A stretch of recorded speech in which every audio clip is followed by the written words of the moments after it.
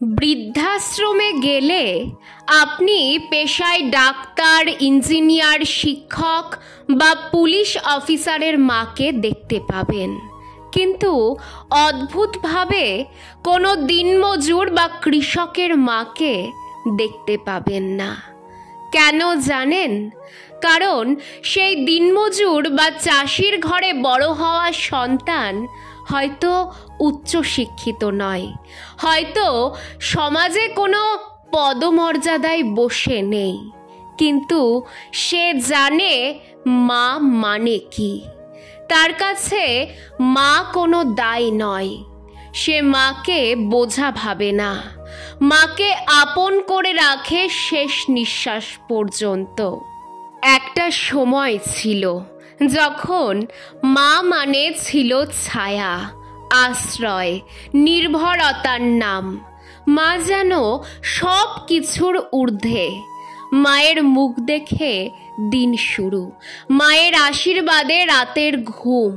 কিন্তু কালের করুণ পরিহাসে সেই মাই আজ চার দেওয়ালের মাঝে বন্দী, বৃদ্ধাশ্রম নামক এক পরিচয়ের আড়ালে।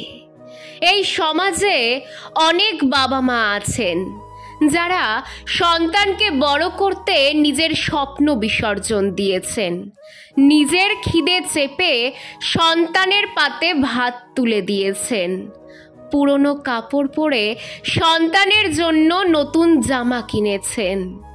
সেই মাই আজ বৃদ্ধাশ্রমে বসে শুধুই একটা প্রশ্ন করেন, খোকা তুই কোথায়?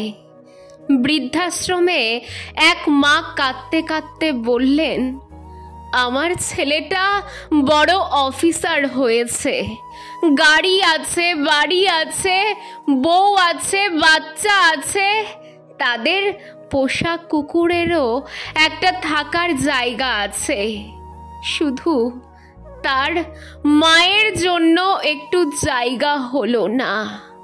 আরও বললেন, খোকা তোর ছেলেকে উচ্চশিক্ষা দিস, কিন্তু তার আগে সুশিক্ষা দিস, যাতে বৃদ্ধাশ্রমে এসে একদিন তোকেও বলতে না হয় মা ছিল এখানে, এখন শুধু স্মৃতি আছে।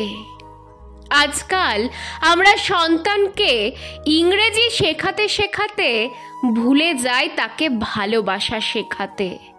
সন্তানকে আমরা ডাক্তার, উকিল, ইঞ্জিনিয়ার বানাতে চাই, কিন্তু মানুষ বানাতে পারি না। তাই তো দেখা যায় মা অসুস্থ হলে সন্তান তার কাছে ডাক্তার নয়, উকিল নিয়ে আসে সম্পত্তির কাগজে সই করানোর জন্য। এই সমাজে শিক্ষা একটা অস্ত্র, কিন্তু সুশিক্ষা একটা মানবিক গুণ। সন্তানকে বড় মানুষ বানান ঠিকই, কিন্তু আগে ভালো মানুষ বানান। তাকে শেখান সম্মান দিতে, ভালোবাসতে, শ্রদ্ধা করতে। কারণ যে সন্তান তার মাকে একবেলার ভাত দেয় না, সেও একদিন তার সন্তান থেকে ভাত পাবে না।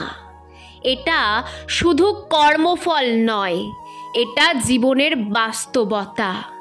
আজ বৃদ্ধাশ্রমে থাকা সেই মায়েদের চোখে কোনো অভিযোগ নেই, আছে শুধুই এক রাশ অপ্রাপ্তি।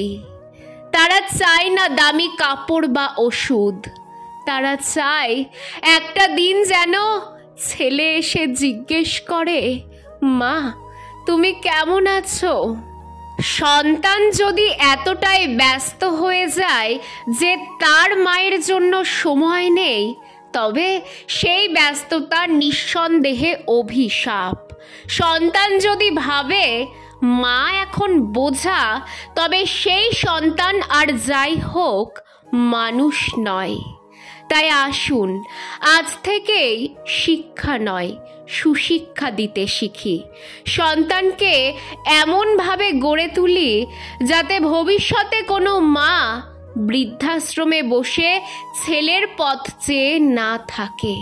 কারণ একটাই সম্পর্ক আছে এই পৃথিবীতে, যেটা নিঃস্বার্থ নিঃশর্ত, তা হলো মা। তাকে ভালোবাসুন, আগলে রাখুন যতদিন তিনি আছেন।